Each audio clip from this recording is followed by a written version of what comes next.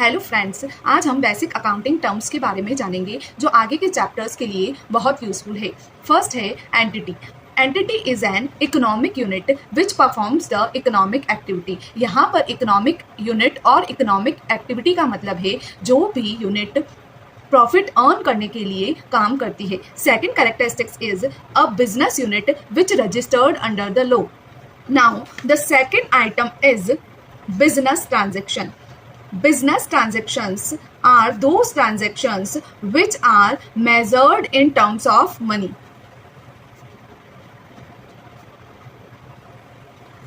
Exchange of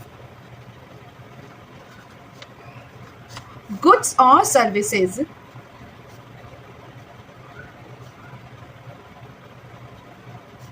for money. जैसा कि हमने पहले पढ़ा था, आप आगे पिछले वाले सारे वीडियोस देखना। उस वीडियोस में हमने पढ़ा था financial transactions are those transactions which are measured in terms of money.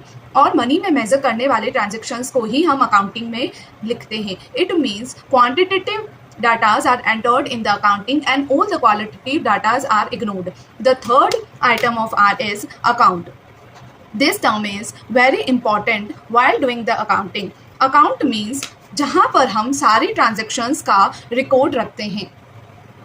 इस अकाउंट का एक हेड होता है जिस नाम से हम अकाउंट बनाते हैं। Account is an T shaped. Fourth item is capital. Capital से मतलब business owner who introduce money in business और any asset. Now capital means the owner, जो भी ओनर होता है, बिजनेसमैन होता है, वो अपनी, जैसे कि घर पे कोई टेबल पड़ी है या फिर कोई बिजनेस स्टार्ट कर रहा है तो उसके पास पैसे हैं। वो पैसे अगर वो जाकर बिजनेस में लगाता है या घर पर पड़ी हुई टेबल को ले जाकर बिजनेस के काउंटर के रूप में यूज करता है तो वो उसके लिए कैपिटल होती है। कैपिटल को हम ऑनर्स इक्विटी और नेटवर्थ के से भी जानते हैं। The next item is drawings. कोई भी बिजनेस के गुड्स, असेट्स या अमाउंट को लेकर अपने पर्सनल यूज करता है तो उसे हम क्या बोलते हैं? अकाउंटिंग टर्म में हम उसे ड्रॉइंग्स बोलते हैं। Now liability. What is liability? Means claims of amount against the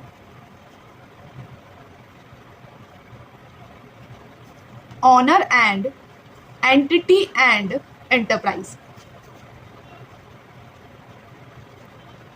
यहां पर मैं एक बात और बताना चाहती हूं कि हम जब भी अकाउंटिंग करते हैं बिजनेस ओनर को और बिजनेस को अलग अलग ट्रीट करते हैं। It means claims of amount against the entity का मतलब है जो कि हमारी बिजनेस फर्म है उससे रिलेटेड ड्यूज। और करंट लायबिलिटीज वो लायबिलिटी होती है जो ओनर को विद इन 12 मंथ्स में पे ऑफ करनी होती है। और नॉन करंट लायबिलिटीज वो लायबिलिटीज होती है जो ऑनर को आफ्टर 12 मंथ पे करनी होती है। It means current liability is for the short duration period and non-current liability is for the long duration period. Liability is the amount owned by the business. Liability in the simple term is amount owned by the business. Now, next term is assets. Assets is an economic resources of the entity which give benefits in future. Asset means the valuable resources owned by the business. It is also a non-current and current type. The non-current asset is which is stay with the entity for more than 12 months. Current asset is liquid asset and stays with the entity for less than 12 months. Now, the non-current asset is also known as the fixed asset, and fixed asset are of two types. First is tangible asset. Second is intangible asset.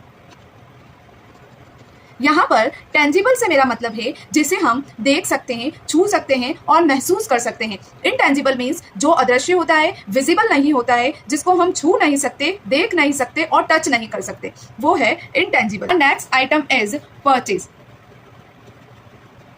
It means purchase of goods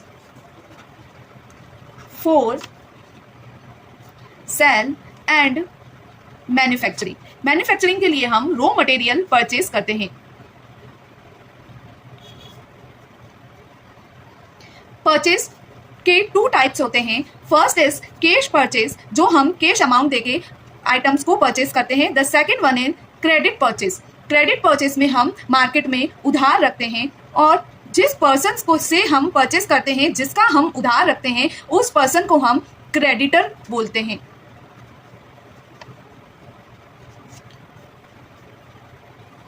now sales, we are doing business for selling of goods or services. Here sales, selling of goods. There are 2 types of sale. First is cash sale and the second one is credit sale. जब भी ग्राहक हमको cash amount देकर item या goods लेकर जाता है तो उसे कैश सेल बोलते हैं, और जब ग्राहक या कस्टमर उधार पर लेकर जाता है तो उसे क्रेडिट सेल बोलते हैं। ऐसे कस्टमर को हम डेटर्स बोलते हैं। In accounting language, the person who takes goods on credit is known as debtor. What is the purchase return and sale return?